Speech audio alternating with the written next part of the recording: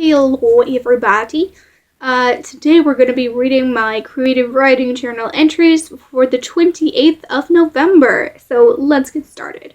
The first thing we did was 2-sentence horror stories. I'd never written any before, and I don't know if these are what you would consider horror, but I did my best. So let's get started. She stared into the mirror, applying her eyeliner.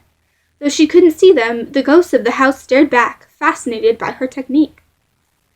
Instead of a chocolate fountain, as she had ordered, the waiter held in his hands a fountain that was spurting blood. He placed it on the table in front of her, licking the spattered drops off his fingers, and whispered, "Cupid sends his regards." A small child cowered in the corner, terrified of the moving shape in the darkness, but more terrified of the yelling voices from outside. Something slammed into the door, crashing loudly, and the darkness cowered with the child. Then we have a dialogue about somebody who has just found out that they're going to die soon. I guess we'll do the head thing because that makes it more easy to understand. How was your day? It was all right. How was your appointment? I've got some time. How long? A few months. I looked down at my plate, not wanting to see the tears fill his eyes. I'm sorry. I feel shaky. What do you want to do? With my time? I look up. The tears I imagined are there. He nods. I can see his knuckles whitening as he clasps his hands together. I'll stay with you. Really? Really. Okay.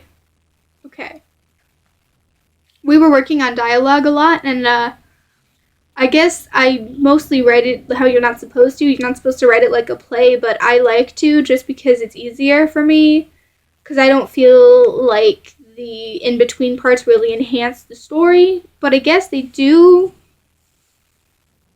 I don't know. Then we rewrote a traditional character as a creepy character. He put the finishing touches on his snowman. It was perfectly sculpted, sharp cheekbones nearly cutting his fingers as he caressed its face. The body was small, innocent, perfectly full of fun. Of course, the clothes had to be removed before the details could be added. They were strewn around the snowy ground, colorful splashes against the perfect whiteness. The skin of the snowman was also white. Everything was white. It had to be for everything to be perfect. Jack Frost laid his hand over the heart of the child, letting the cold flow into his snowman, finishing the freezing process.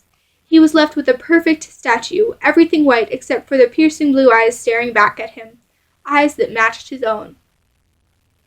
I don't know what that was, but that was something.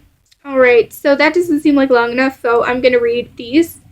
So this is the entry for December 6th, because I didn't really do that much. Between then, we have had subs a lot. It's a little bit annoying, but it's okay. I get that teachers need days off, and that's fine. So here are some essay titles in different categories. Essay titles that I might want to write about. On the colors of fire, on the sound of rain, on the pain that comes from loving, on an unfinished painting, on the concept of abstraction, on the purpose of existence, on the usefulness of fuck it, on the influence of emo music. And then those would be the honorable ones to write about. I guess titles that I don't want to write about, I'm not gonna mention because I don't want to write about them.